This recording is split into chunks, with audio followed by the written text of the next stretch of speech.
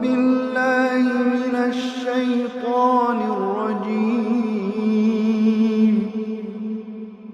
بسم الله الرحمن الرحيم. Sekarang perhatikan. Pelan-pelan. Tugas seorang suami selain bisa menjadi pimpinan spiritual dalam rumah tangganya, oleh Allah diberikan tugas langsung, perangkat langsung untuk bisa mencari nafkah. Karena itu kalimatnya langsung di Quran disandingkan dengan tugas pertama. Lihat kalimatnya? Ya. Ar-rijalu qawwamuna 'alan nisa bima faddalallahu ba'dahum 'ala ba'din wa bima anfaqu min amwalihim. Dan kami berikan tugas pada para pria, dipersiapkan keadaan dirinya untuk bisa mudah mencari nafkah. Jadi maaf Bu ya, para pria itu memang keadaan dirinya sudah didesain oleh Allah untuk mudah mencari nafkah. Di tugas mencari nafkah kata Allah, sini bagi tugas. Untuk mencari nafkah itu urusan laki-laki. Demi Allah saya katakan Pak ya, untuk teman-teman yang ada di sini, demi Allah sekali lagi saya katakan, sepanjang Anda mau bergerak saja, itu keadaan diri kita sudah dipersiapkan untuk mendapatkan nafkah. Anda mau bergerak saja, Allah dekatkan. Saya ulang, Anda mau bergerak saja, Allah dekatkan. Dan hebatnya, seorang suami itu kalau mau bergerak, Allah turunkan rizki seluruh yang ada di keluarganya, bukan 1-2 orang. Jadi kalau di rumahnya misalnya ada suami, ada istrinya, ada 3 orang anak, begitu ini keluar berniat mencari nafkah, yang Allah turunkan langsung rizki 5 orang yang ada di rumahnya, bukan orang per orang. Jadi kalau tugas ini ditukar misalnya, dibebankan kepada istrinya, diminta mencari nafkah, pertama, tidak akan Allah turunkan rizki ini kecuali untuk orang yang bersangkutan saja. Sehingga seringkali perempuan yang ditugaskan mencari nafkah akan menghadirkan banyak persoalan ketika kembali pada keluarganya. Nanti bedakan antara bekerja karir dengan mencari nafkah, itu berbeda. Ya. Saya teruskan dulu, pelan-pelan. Nah sekarang, Al-Quran ternyata membedakan antara orang yang membangun kedekatan dengan Allah dulu saat dia mulai berumah tangga, dengan orang-orang yang tidak pernah membangun kedekatan dengan Allah saat berumah tangga. Dalam fungsi turunannya, ketika mulai mencari nafkah, keduanya dibedakan oleh Allah. Perhatikan, ya, pelan-pelan. Nafkah itu bentuknya apa? Halo? Ya, Masya Allah. Ini yang cari nafkah, cari apa sebetulnya? Rizki ya? Baik, cari rizki. Rizki ada di mana? Allahu'alam. Saya agak bingung ini sebenarnya. Baik, kita jawab pakai Quran ya. Kita jawab pakai Quran. Baik. Quran surah ke-51 ayat ke-22.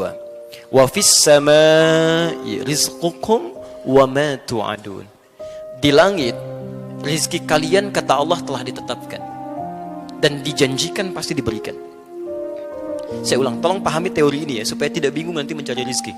Ya. Anda walaupun namanya rizki, nggak tahu teori ini tetap susah juga. Ya. Lihat kalimatnya. Kata Allah, wa fis samai, dan di langit itu rizqukum, setiap Anda telah ditetapkan rizkinya. Wa ma tu'adun, dan dijanjikan pasti diberikan. Jadi demi Allah saya katakan, tidak ada manusia yang hidup tidak diberikan rizki oleh Allah. Pasti ada rizkinya. Saya ulang, pasti ada rizkinya. Turunkan. Bagaimana cara kita mendapatkan apa yang dijanjikan itu? Sekarang rizkinya ada di mana? Di langit. Kita hidup di mana? Di bumi. Ya Allah, rizkinya di langit, sedangkan kami di bumi. Bagaimana cara mendapatkannya? Diturunkan kemudian Quran surah kedua Al-Baqarah ayat ke-29, posisi paling kanan sebelah bawah. Lihat kalimatnya. Huwallazi khalaqa lakum ma fil ardi jami'an. Ya. Rizkinya di langit, kita tinggalnya di bumi. Kata Allah, kami ciptakan, kami jadikan semua yang ada di bumi ini, kami turunkan dari langit ke bumi. Ya, semua yang ada di bumi ini kalian bisa manfaatkan. Masya Allah, Anda ingin cari makanan, ambil dari bumi silakan. Ingin bikin sesuatu, ambil emasnya, ambil tambangnya, olah, manfaatkan dalam kehidupan kita. Rizkinya ada di langit, diturunkan ke bumi, bisa kemudian kita nikmati. Baik. Sekarang perhatikan, saya ulang lagi. Rizki di mana? Di langit. Kita tinggal di mana sekarang? Berada di mana? Bukan, kita di Bandung, di Masjid Gedung Sate. Baik. Lihat. Ini langit kan luas, bumi kan luas. Kita adanya di sini. Mungkin barangkali Anda orang Bandung, tapi rizki Anda diturunkan oleh Allah di Jakarta. Gak mungkin cuma Anda tunggu-tunggu di Bandung. Pasti diberikan. Tapi gak pernah Anda jemput. Mustahil bisa Anda dapat. Saya 2006 ada di Kairo di Mesir. 26 Juni kami berangkat. Di Kairo itu pernah ada 2 mahasiswa mendebatkan tentang ayat ini. Yang satu mengatakan, semua rizki kita pasti diberikan. Allah sudah janji. Yang satu mengatakan tidak, mesti ada ikhtiar untuk mendapatkannya. Memang dijanjikan, tapi kita harus ambil. Kata yang satu, hukumnya nggak begitu, pasti diberikan. Maka yang pertama ingin membuktikan, saya buktikan. Saya akan masuk ke mihrab di dalam masjid. Di situ disebutnya zawiyah, tempat pojokan untuk meningkatkan ibadah. Dia masuk ke dalam salah satu meja seperti ini, kolong meja, bersembunyi di situ Pak. Di masjid itu kadar Allah suka ada muhsinin, donatur memberikan makanan untuk yang itikaf. Hari pertama diberikan karena dia mengunci di dalam meja, dia nggak dapat, yang lain dapat. Hari kedua diberikan, dia nggak dapat, yang lain dapat. Hari ketiga agak sedikit yang itikaf diberikan, dia nggak dapat, yang lain dapat. Kata muhsin ini dia berkata, hal min akhir, ada yang lain nggak? Kata petugasnya, petugas masjid, la mafish, tidak ada. Tapi bantakil lajami akhir, saya pindah ke masjid yang lainnya.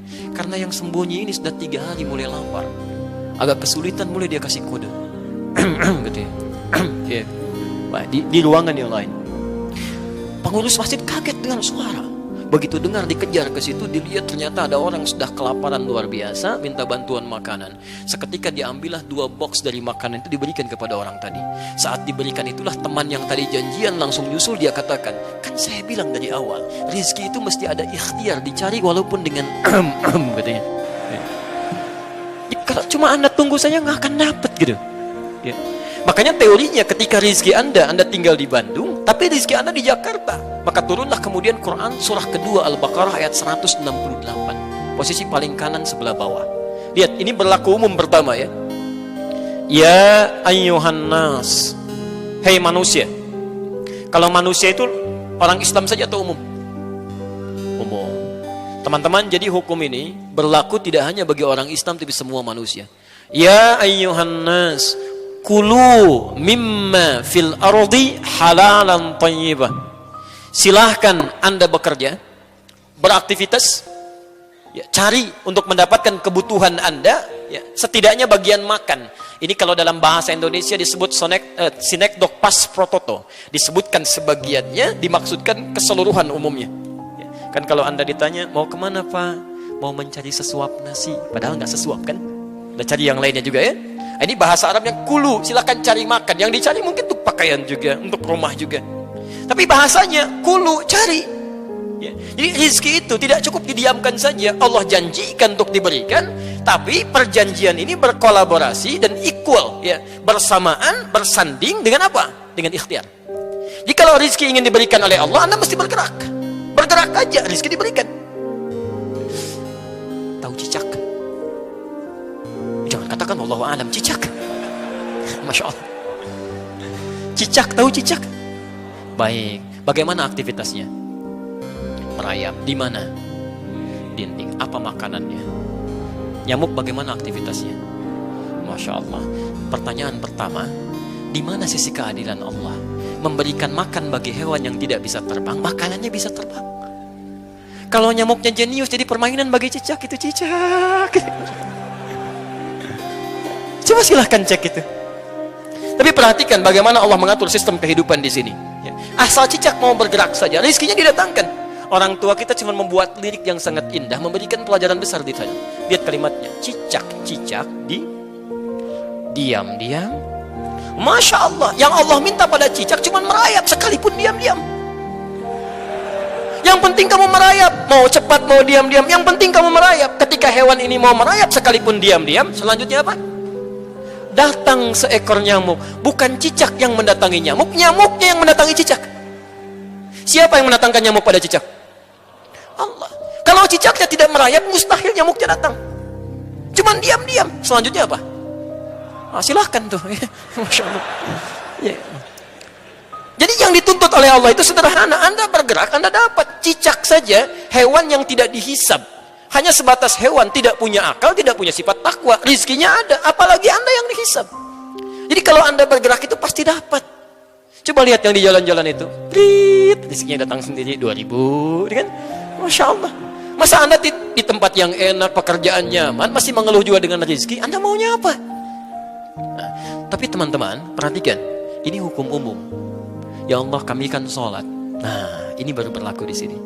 Kami sholat, kami puasa, kami berdoa. Apakah iman kami tidak bisa membedakan dengan yang belum beriman dari kadar rizki?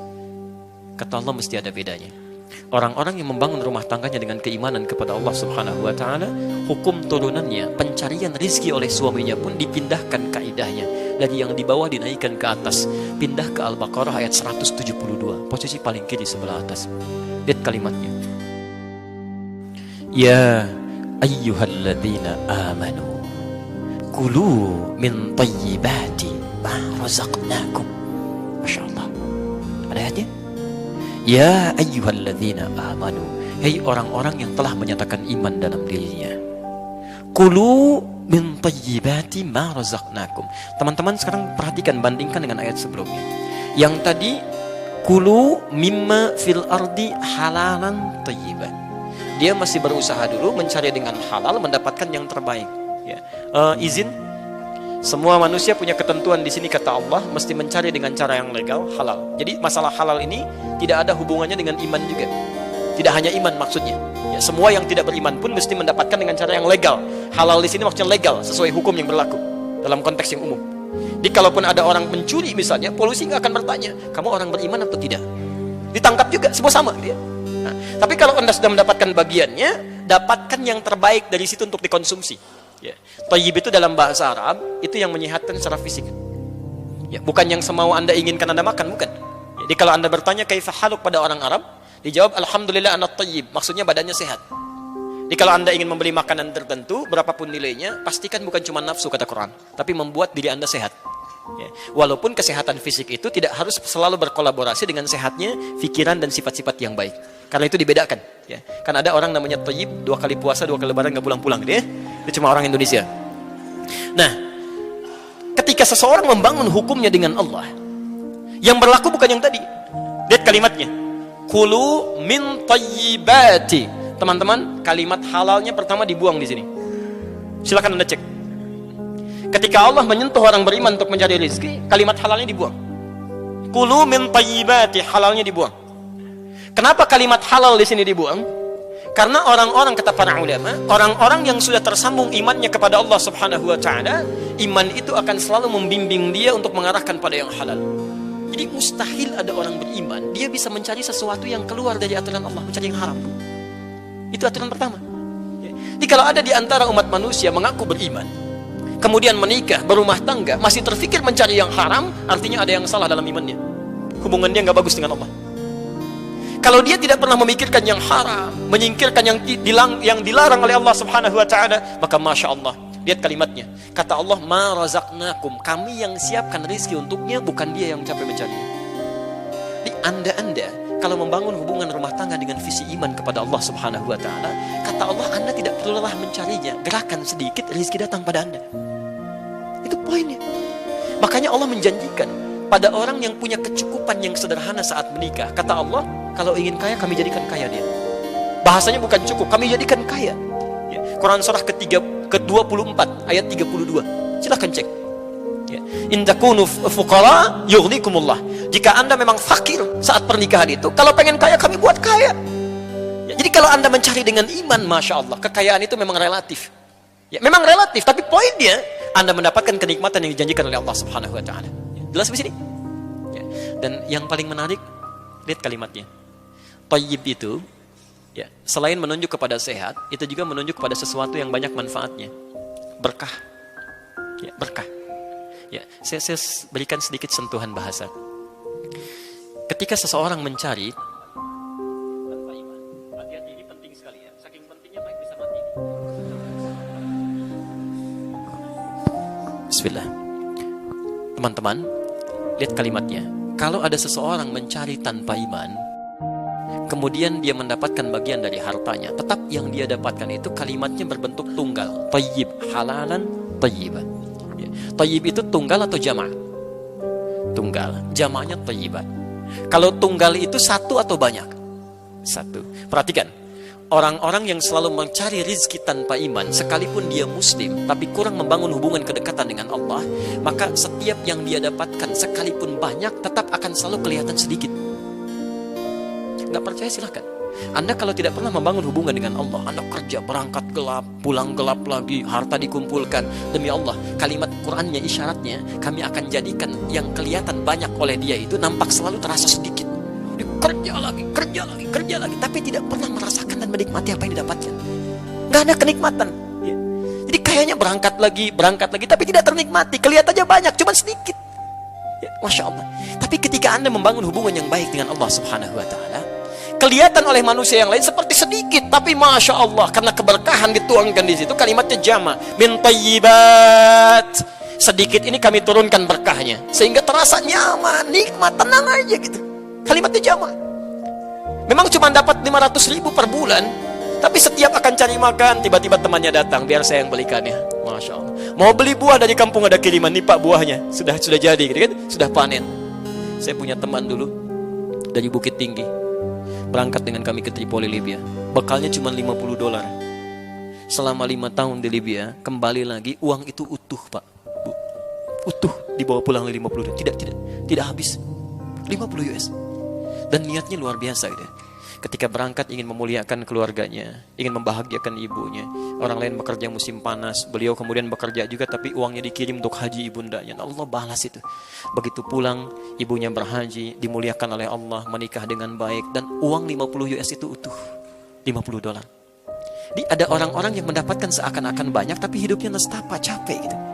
Tapi ada orang-orang yang kelihatan seperti sedikit, tapi cukup, enak. Kan yang paling enak itu hidup yang pas kan.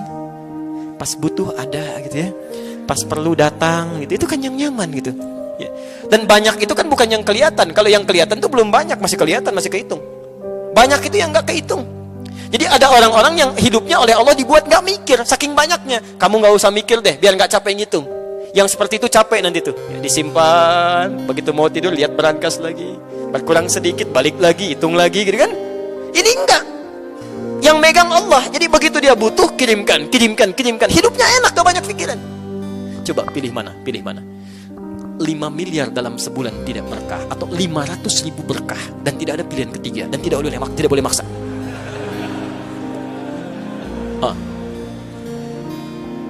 Itu tidak mudah gitu ya, teman-teman, tidak mudah.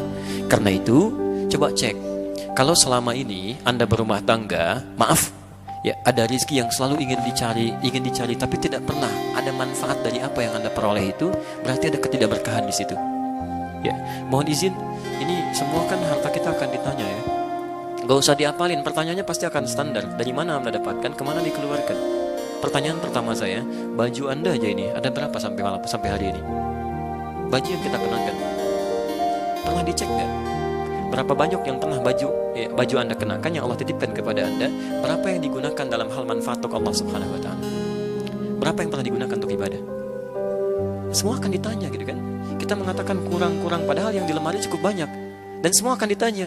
Kami sering katakan pada teman-teman, kalau ingin mudah hisabnya, pertama kali mengenakan sesuatu yang baru, gunakan untuk kepentingan Allah dulu.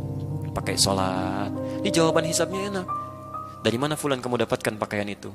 Allah Maha Tahu, Engkau yang Maha Tahu. Sebelum hamba gunakan, sebelum hamba jawab, Engkau Maha Tahu dari mana hamba dapatkan. Dari harta yang paling halal ya Allah. Kemana Engkau gunakan pertama kali? Untuk sholat menyembahmu ya Rabbal Alamin. Dan Engkau tahu, Maha Tahu tentang waktu dan tempatnya. Anda kalau punya baju pertama kali digunakan apa?